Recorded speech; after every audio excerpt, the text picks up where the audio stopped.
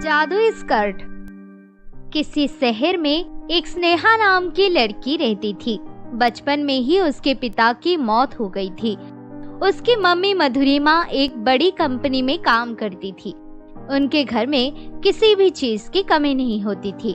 स्नेहा पढ़ाई में बहुत ही अच्छी थी और वो स्कूल में हमेशा फर्स्ट आती थी। स्नेहा बहुत अच्छे स्वभाव की लड़की थी।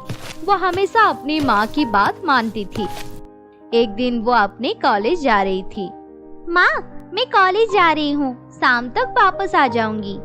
ठीक है बेटा, मैंने खाना बना दिया है, शाम को कॉलेज से आकर खाना खा लेना, मैं ऑफिस जा रही हूँ। ठीक है माँ। इतना कहकर स्नेहा वहाँ से चली जाती है।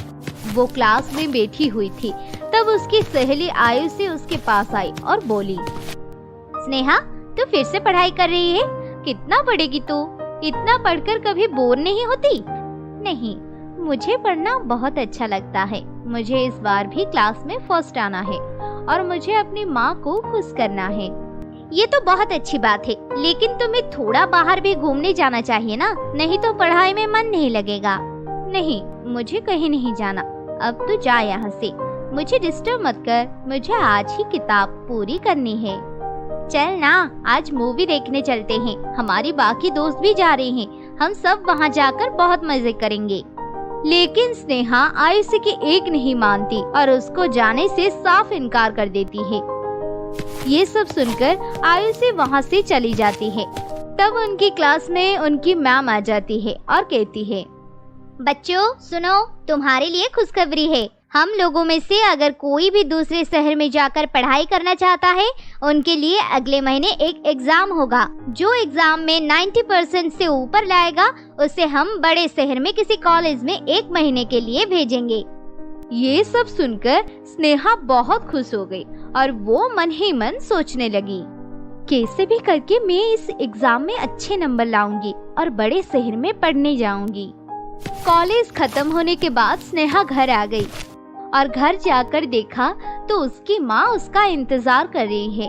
तब उसकी माँ उसे बोली, क्या हुआ स्नेहा बेटी, आज कॉलेज से आने में इतने लेट क्यों हो गया?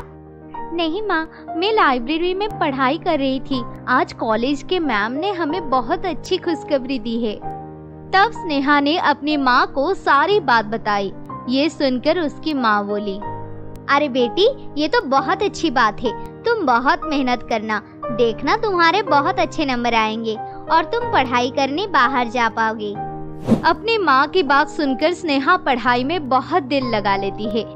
ऐसे ही कुछ दिनों बाद उनके कॉलेज में एग्जाम का दिन आ गया।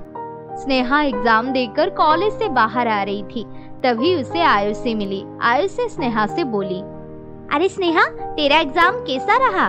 तूने तो बहुत अच्छा एग्जाम दिया होगा ना? हाँ, ऐसे मेरा तो ठीक ही गया। तुम बताओ, तुम्हारा कैसे गया?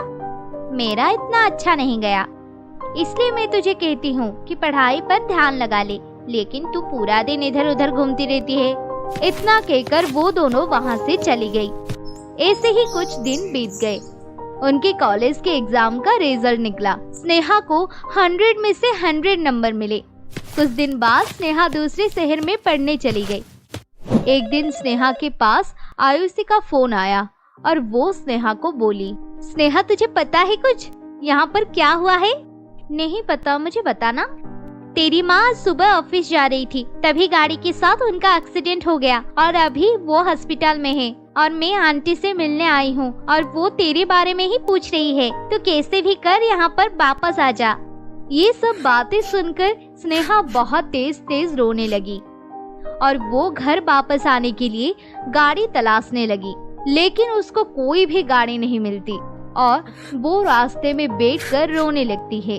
तभी अचानक से उसके सामने एक परी प्रकट हो जाती है और उससे कहती है, क्या हुआ तुम्हें? तुम रो क्यों रही हो? मैं बहुत देर से देख रही हूँ, तुम इधर उधर भटक रही हो, तुम इतना परेशान क्यों हो? लेकिन आप कौन? आप तो एकदम परी जैसे दिख रही हो। हाँ, मैं एक परी हूँ। मैं रोज पृथ्वी लोक पर घूमने आती हूँ। मैं यहाँ से गुजर रही थी, मैंने देखा कि तुम रो रही हो और हमारे परियों का नियम है कि अगर कोई भी मुसीबत में हो तो हमें उसकी मदद करनी चाहिए।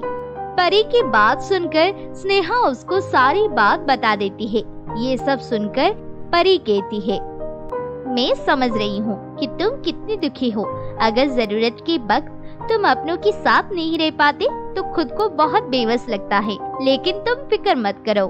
इतना कहकर परी ने अपनी जादुई झड़ी निकाली और जैसे ही उसने अपनी जादुई झड़ी घुमाई तभी उनके सामने एक बहुत ही सुंदर स्कर्ट प्रकट हो गई। वो स्कर्ट बहुत ही चमक रही थी। तब परी स्नेहा को बोली, तुम अब ये स्कर्ट पहन लो, ये जादुई स्कर्ट है। ये स्कर्ट पहनकर तुम चुटकी बजाना और तुम्हें जहाँ जाना है उस जगह का नाम बोलना, फिर ये स्कर्ट तुम्हें वहीं पहुँचा देगा। परी की बातें सुनकर स्नेहा ने वो स्कर्ट पहन लिया। स्कर्ट पहनते ही उसे कुछ अलग सा लगने लगा। तब उसने परी को अलविदा किया और उसने चुटकी बजाई। चुटकी बजाते ही स्नेहा अपनी माँ के पास पहुँच गई, जहाँ पर उसकी माँ भर्ती थी। वो दौड़कर अपनी माँ के पास गई और उनको अपने गले लगा लिया। माँ, मुझे माफ कर दो, मैं अब कभी भी आपको छोड़कर नहीं जाऊंगी। लेकिन बेटी, तू यहाँ पर इतनी जल्दी कैसे आ गई? स्नेहा ने अपनी माँ को सब कुछ बताया। फिर उसकी माँ थोड़े दिन बाद बिल्कुल ठीक हो गए और वो लोग अपनी जिंदगी में खुशी खुशी रहने लगे।